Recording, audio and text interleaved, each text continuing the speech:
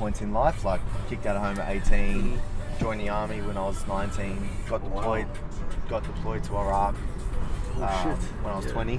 Yeah, so there's been a bit of turning points in my life, and then obviously my most recent one was my mum passing away from suicide last year. So sorry to hear. No, you're right, bro. So for me, like, I think in life we don't get exposed enough to people's turning points. Only people see the end result sometimes, which is social media. You know, people will see content now of me and stuff, and they'll go, "Fuck, you're killing it." It's like, yeah, but bro, I've had so many opportunities to quit.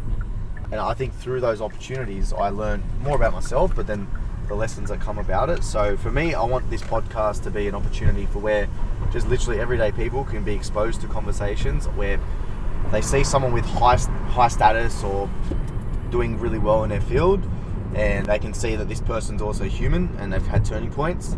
And if it's possible for them, it's possible for, you know, the person listening as well. So yeah, I'm really particular with my guests. So that way each story comes with a valuable lesson, and yeah, like, I'm pretty keen to get this out, man. Yeah. And today the guest is Jason Barlow. So people don't actually know his name. People know him for what he says on socials. It's like, this is what, you know, $1 million buys you in Sydney. Let's check it out.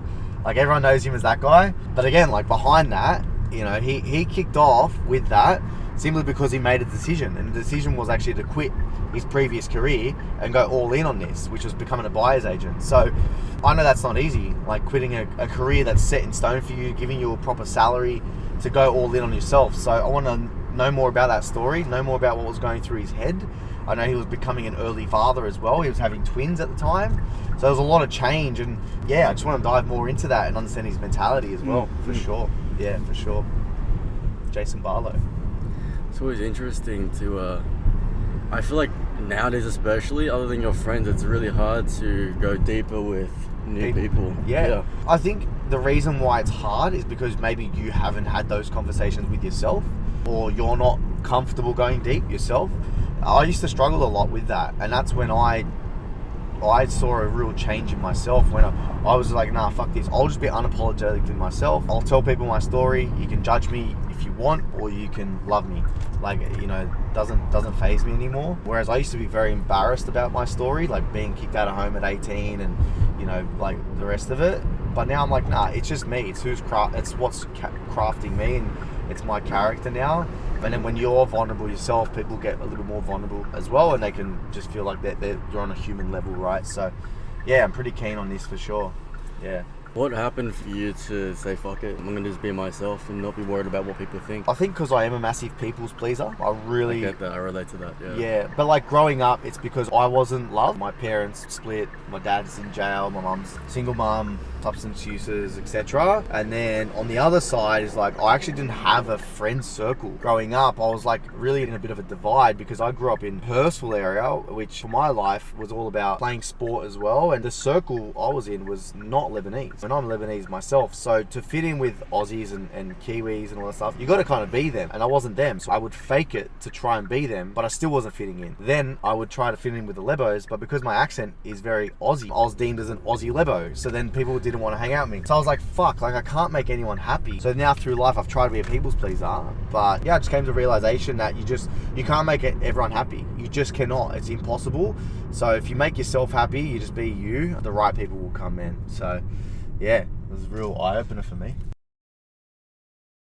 I'm keen to talk to him about like his twins, because I know when he became a dad, that's when he, I think, made the career change, and he was mentioning on another podcast where he was living off like $450 a week, and that was very similar to me, because like before Miller was born, I lost my head coach, who was like my full-timer. So she left, she put in a 4-week resignation, and I was down to literally just myself. So one of the other coaches I had to fire, then I was looking to hire, but then she quit, and I was down to just myself.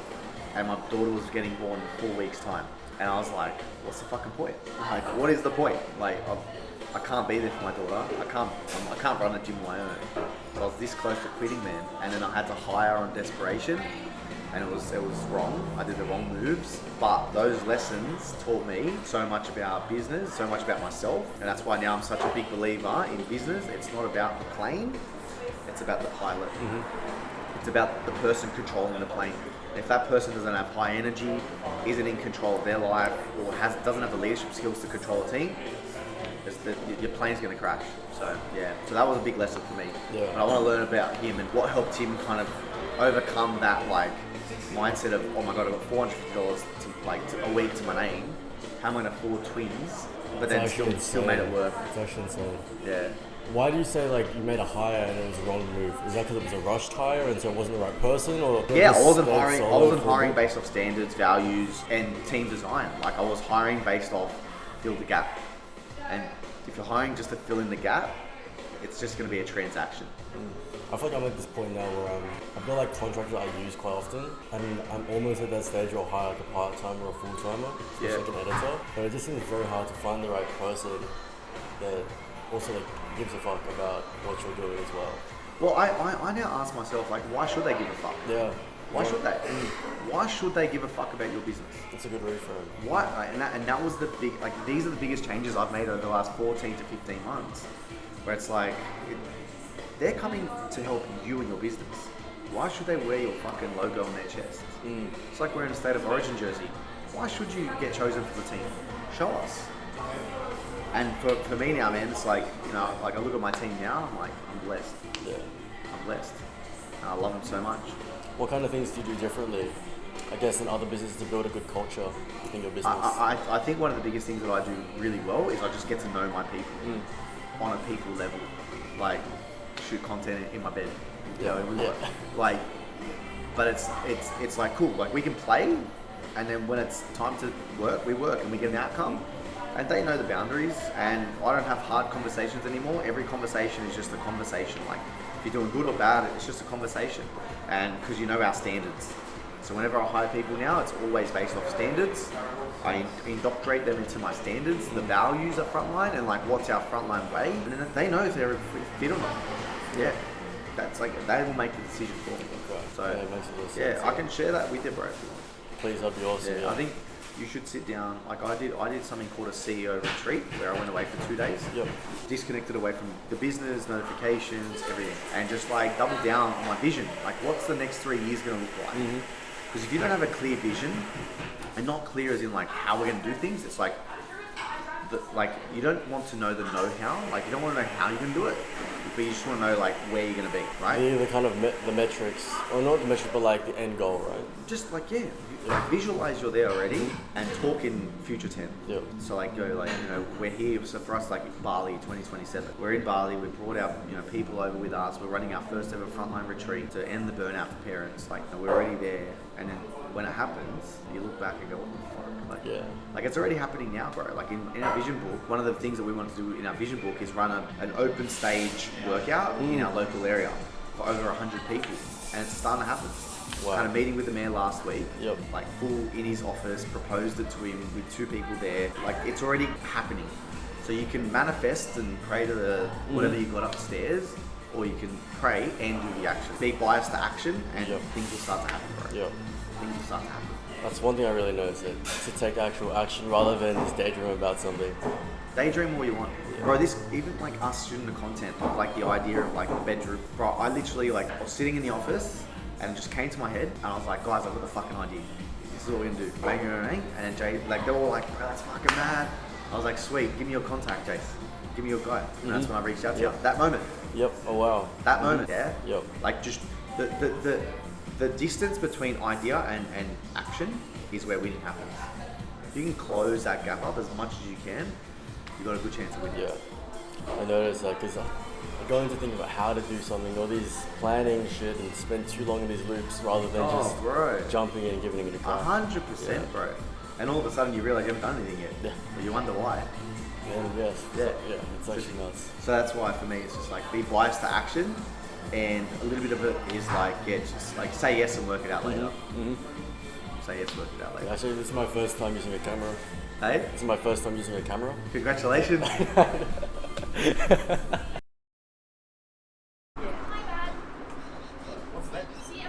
Oh, Jason. He's over there. You'd think he'd know real estate by now. I thought you knew real estate. told you knew real estate, bro. What's happening? Sure. My brother. You're good? Thanks for having me. What's up? How are you? Jason. Mark. Nice to meet you, Jason. He's going to do behind the scenes stuff. Yeah, hectic. No. Do you want coffee? No, hang on. Cool? Yeah. Let me drop off on this. Sure, man. So has it launched? Nah, I'm baking up a few guests. I've had already 2 now. Yeah. And you click up and you do all that? Yeah. So club, obviously I'll put them on my page. Yeah. My podcast is called The Turning Point. Okay. So a lot of it's about Yeah. So a lot of the conversations I'm trying to have is like just pivotal moments in people's lives that they turned around something. Yep. And then they were able to kind of pivot and Love it. continue on. Love it. I know you've had a couple. Like I want to talk about you becoming a father as a Yeah. big one. Yeah. And I'm definitely going to be talking about training for you. Yeah. Hey guys, how are you? Good morning. Morning. Jason. Kate. Jason. Nice to meet you. Hey mate, James. Thanks. How are you? My name's James. Hey, Wow. You good? You good? Nice to meet you. Well, we I do the designed it. shoes photo off. shoot room. We do our socks Really? this I time. told him. I think yeah. last We'll do the time we podcast confused upstairs. it. Let's do it. Yeah, Little no freestyle worries. stuff, yeah. Love it.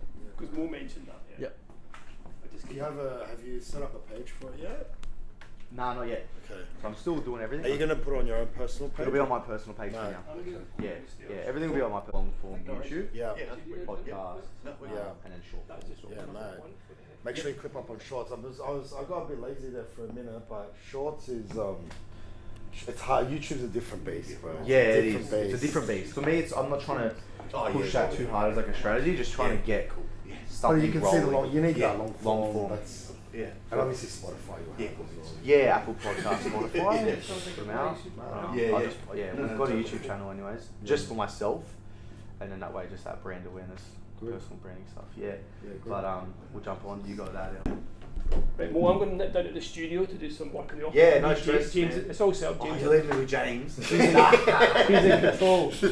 All Right, good, man. we'll see you in a bit. It should be fine. Like it won't pick up anything from the camera's back unless it's deep sonics, like a. Yep. Guys, ladies and gentlemen, we are here with episode 2 with a new guest. This guest, you'll probably not even know his name before you know how he introduces all of his videos. So I'm not even going to do the intro today. I'm going to get him to do the intro. So please, do the honor.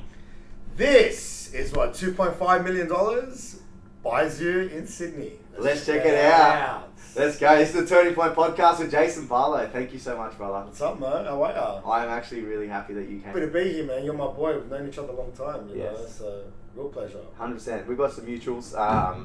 Matty boy, I won't lie. When I first met you, I was a bit disappointed because I'm not the most jacked guy he knows now. So I was a bit cut. Like I'm even cut that you're wearing a jacket today. I won't You lie. actually, I mean, I can take it off for you.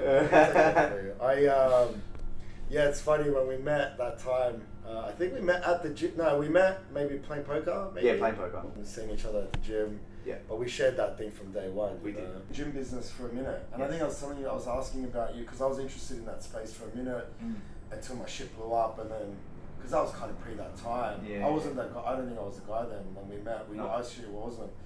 So like, Turning something around and pivoting upwards. What kind of advice would you give that? just don't quit. I was 20 years of like, I could have made 300 grand at American Express, corporate, sales.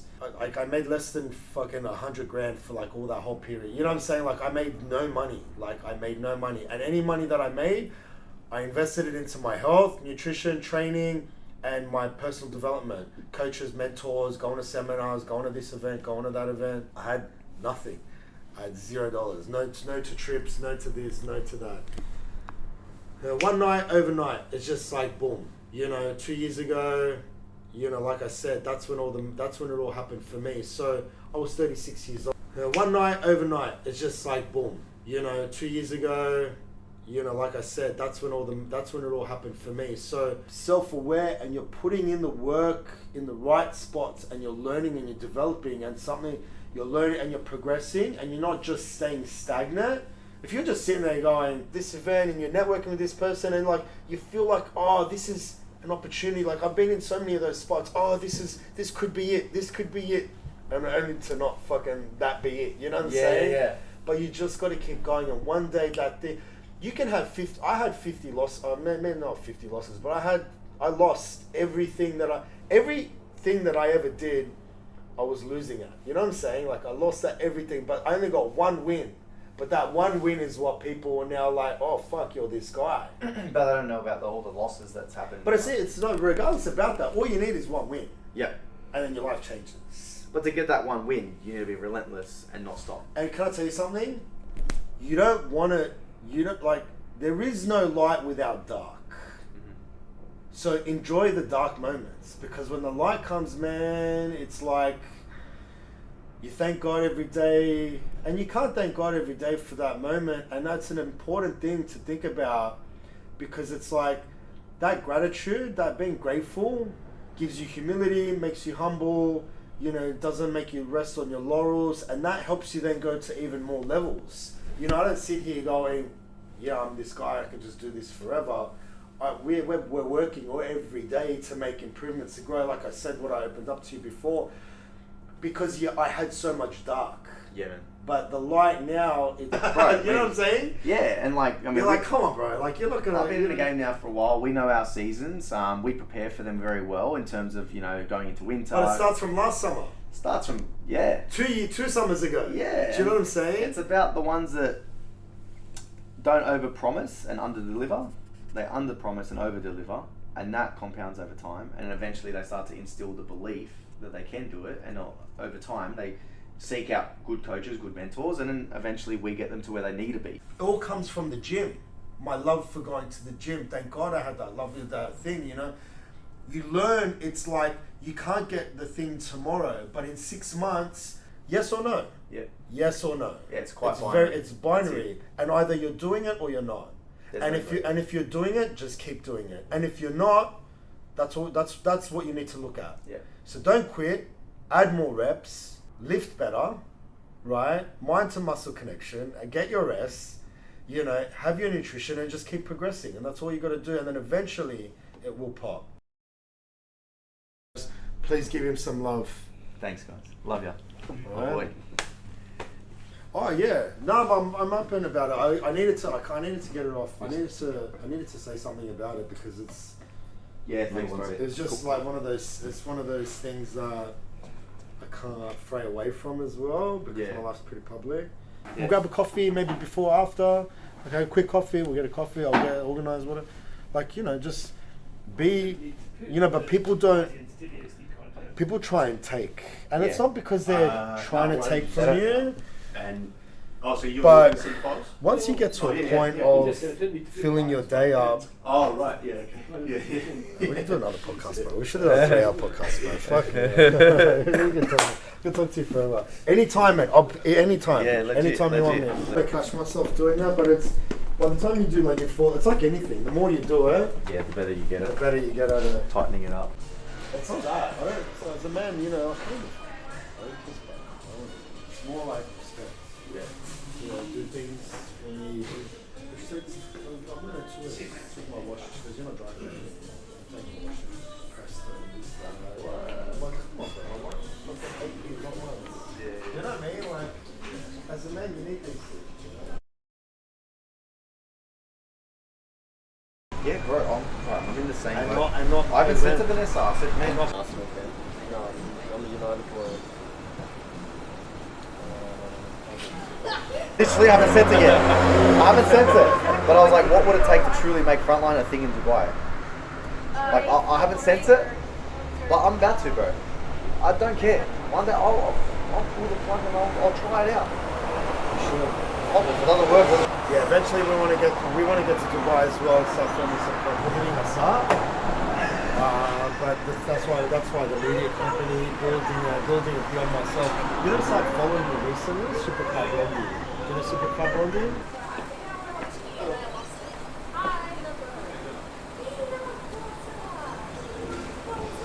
the growth. Like now I got to chat with a guy. He wants to like do some, I don't know, some kids boot camp, this and that. I was like, well, I'll come and have a chat with you. Yeah. He's like, I think there's no one in the area better than you, army, background, your story. Yeah. Well, I'll have a chat with you. We can see where we'll take off. Yeah. What doesn't hurt? Just have a chat. Yeah. But then I'll say with it. Yeah. I love it, bro. Thanks for having me. Thanks for coming, bro. Wallah.